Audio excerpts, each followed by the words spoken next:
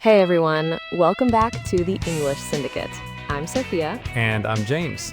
Today we're talking about something that affects millions of adults around the world, but many people don't even know there's a name for it. That's right, we're diving into the sandwich generation. Now, James, when you first heard this term, what did you think it meant? Honestly, I thought it was about people who eat a lot of sandwiches for lunch. Sorry for missing the bandwagon. That would be much simpler, wouldn't it? But no, the sandwich generation refers to adults who are literally sandwiched between two major responsibilities. Right. They're caring for their own children while also taking care of their aging parents. So they're stuck in the middle, like the filling in a sandwich. And this usually hits people in their 30s, 40s, and 50s, right? So you're at that stage in life where you're still raising your kids, paying for their school, their activities. Exactly. And then suddenly, your parents need help too. Maybe your mom needs expensive medical treatment or your dad can't live alone anymore. And it's not just financial pressure, James.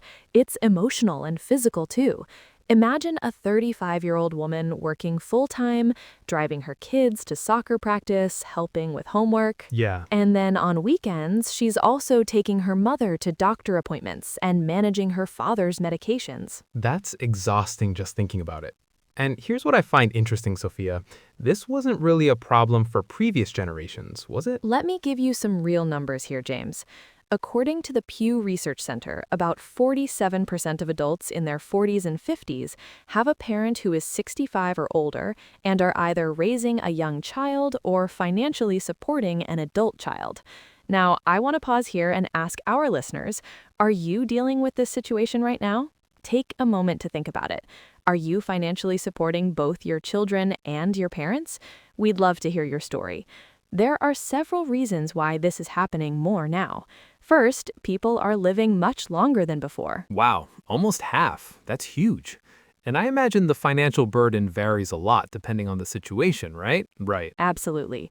Some people might be spending $500 a month helping their parents with groceries and utilities. Others are paying $3,000 monthly for assisted living facilities. I know one woman who had to remortgage her house to pay for her father's cancer treatment while still paying for her daughter's college tuition, which is wonderful, but it also means our parents might need care for 10, 15, even 20 years after they retire. That's heartbreaking. And it's not just about money, is it? There's an emotional toll. I've heard people describe feeling guilty no matter what they do. And many people today are getting married later and having children later than previous generations did. So by the time your kids are teenagers, your parents are already in their 70s or 80s. Oh, the guilt is enormous, James. If they spend time with their kids, they feel guilty about neglecting their parents. If they help their parents, they worry they're not being good parents to their own children. And then there's the guilt about their own needs. When do they get time for themselves, their marriage, their career? And listeners, we want to know, what's your biggest challenge if you're in this situation? Is it the money, the time, or the emotional stress? Leave us a comment because we're planning to read some of your responses in our next episode. Exactly. Plus, the cost of living has gone up so much. Healthcare is more expensive, housing costs more. And the stress must be incredible. I read somewhere that sandwich generation caregivers have higher rates of depression and anxiety than other adults. Plus, they're more likely to delay their own retirement and healthcare. That's exactly right. And James, I think it's worth noting that this affects different cultural communities in different ways. In many Asian, Hispanic, and Mediterranean cultures, there's a very strong expectation of filial piety. That's the duty of children to care for their elderly parents. And many older people today just didn't save enough money for retirement. They thought their pensions would be enough, but those aren't as common anymore. Right. So for people from these backgrounds, it's not really a choice. It's a cultural obligation. That probably makes the financial pressure even more intense because you can't just say, I can't afford it. I'm really curious about our international listeners here. How does your culture handle caring for aging parents? Do you have that strong expectation of filial piety, or is it more optional in your country? Please share your cultural perspective in the comments. We love learning from you. Now, here's something I want to ask you about, Sophia. I've heard some people say that this generation is just lazy, that they're not trying hard enough. Do you think that's fair? Oh, James, I completely disagree with that. Look, are there some people who could make better financial choices? Sure, but calling an entire generation lazy? That's just not accurate. I tend to agree with you. I mean, wages haven't kept up with the cost of living in many places. Student loans are higher than ever. The job market is more competitive. Exactly. And let's be honest about cultural expectations, too. In many cultures, it's just expected that children will take care of their parents financially. It's not even a choice. That's a really good point. So, what can people do if they find themselves in this situation? Or better yet, how can younger people prepare to avoid it? Great question. First, I think honest family conversations are crucial. Don't wait until there's a crisis to talk about finances and expectations. Right, yeah. Ask your parents about their retirement plans. Do they have enough savings? What are their healthcare needs? These conversations can be uncomfortable, but they're necessary. Listeners, here's a practical question for you. Have any of you successfully had those difficult financial conversations with your parents? What worked? What didn't? We'd love to feature some of your strategies in a future episode. And for people already in this situation, I think setting boundaries is really important. You can't help everyone if you destroy your own financial future. Absolutely. You have to put on your own oxygen mask first, as they say. Also, avoid lifestyle inflation. Just because your income goes up doesn't mean your spending has to. That's smart. And diversifying your income sources can help too. Maybe that's a side business, investments, or just developing skills that make you more valuable at work. Yes, and start planning for your own retirement early. Don't assume your children will take care of you. Break the cycle. Sophia, let's get really practical here. What specific financial strategies can help someone who's already in this situation? Great question. First, they should look into all available resources. Many people don't realize there are programs to help. Medicare might cover some medical expenses, Medicaid can help with long-term care, and there are state programs for seniors that provide food assistance, transportation, and home modifications. And what about sharing the burden with other family members? I imagine that could help a lot. Now, here's what we really want to hear from you, our amazing English syndicate community. Are you part of the sandwich generation?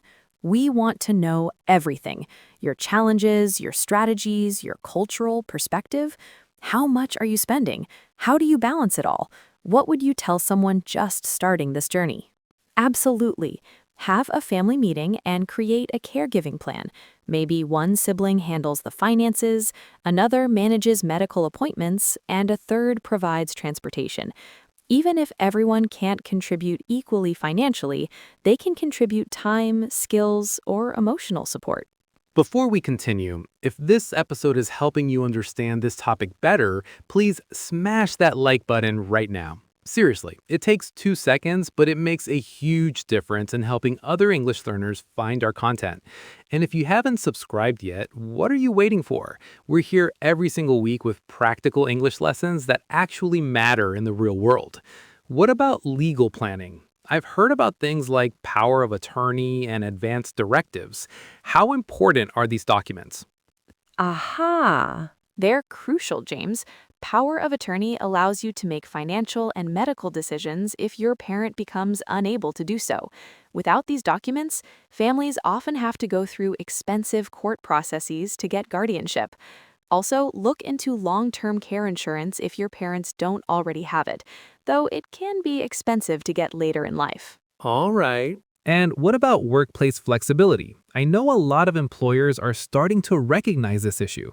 Before you go, remember, if you're dealing with this situation, you're not alone. Millions of people are facing the same challenges. Yes, more companies are offering elder care benefits now. This might include flexible work schedules, the ability to work from home, employee assistance programs that provide counseling and referrals, or even backup adult care services. Don't be afraid to talk to HR about what's available. You might be surprised at what support exists. Okay, there's more. Sophia, I want to talk about something that might be uncomfortable but important: taking care of yourself in this situation. How do people avoid caregiver burnout? This is so important, James. First, recognize that you can't do everything. It's not selfish to set boundaries. It's necessary. Schedule time for yourself, even if it's just 30 minutes a day. Join a caregiver support group. Many are available online now. And please, don't neglect your own health. You can't take care of anyone if you're not well yourself. Now, what advice would you give to people in their 20s and early 30s who want to prepare for this possibility? Great question. First, start those conversations with your parents early, even if it feels awkward. Help them create a financial plan for aging. Encourage them to get long-term care insurance while they're still healthy and it's affordable. And work on your own emergency fund. Financial flexibility is key. And I'd add, don't wait to start saving for retirement yourself. The earlier you start, the more time compound interest has to work. Also, consider choosing a career that offers good benefits and flexibility, since you might need both later. Before we do our vocabulary takeaway, let's review some of the key terms we've used today. James, can you explain filial piety? Sure. Filial piety means the respect and care that children are expected to show to their parents and elderly family members. It comes from the word filial, which means relating to a son or daughter. You might hear someone say, in their culture, filial piety is very important. And what about caregiver burnout? That's when someone becomes physically and emotionally exhausted from taking care of another person. You might say, she experienced caregiver burnout after taking care of her mother for 3 years. And compound interest. This is when you earn interest not just on your original investment, but also on the interest you've already earned. It's like interest earning interest, and it's why starting to save early is so powerful. All right, everyone, it's time for our comprehensive vocabulary takeaway section. We've covered a lot of important terms today, so let's make sure you've got them all. James, let's start with our main phrase. Perfect. So here are today's key vocabulary terms and phrases. Number 1, sandwich generation. Adults who are caring for both their children and their aging parents at the same time. Number 2, sandwiched between, caught in the middle of two pressures or responsibilities. You can say, I'm sandwiched between my boss and my team at work. Number 3, filial piety. The duty and respect that children show to their parents and elderly family members. It's especially important in Asian cultures. Number 4, caregiver burnout, physical and emotional exhaustion from taking care of someone else. Example, after 2 years of caregiving, she experienced serious burnout. Number 5, lifestyle inflation. When your spending increases along with your income, often without you realizing it. Number 6, compound interest. Earning interest on both your original money and the interest you've already earned. Number 7, power of attorney, legal permission to make decisions for someone else. And number 8, setting boundaries, deciding what you will and won't do to protect your own well-being. If you know someone who might be dealing with a situation, please share this episode with them. Sometimes just knowing there's a name for what you're experiencing can be incredibly helpful. You might be the person who introduces them to a community of people who understand exactly what they're going through. And here's something exciting. We're planning to dedicate part of our future episode to reading your comments and stories about the sandwich generation. So please don't just listen, participate. Tell us your story, ask your questions, share your advice. As always, please do not forget to subscribe and hit the like button to show your support so that we can come out with more interesting topics. Thank you and bye-bye. Till next time, see ya.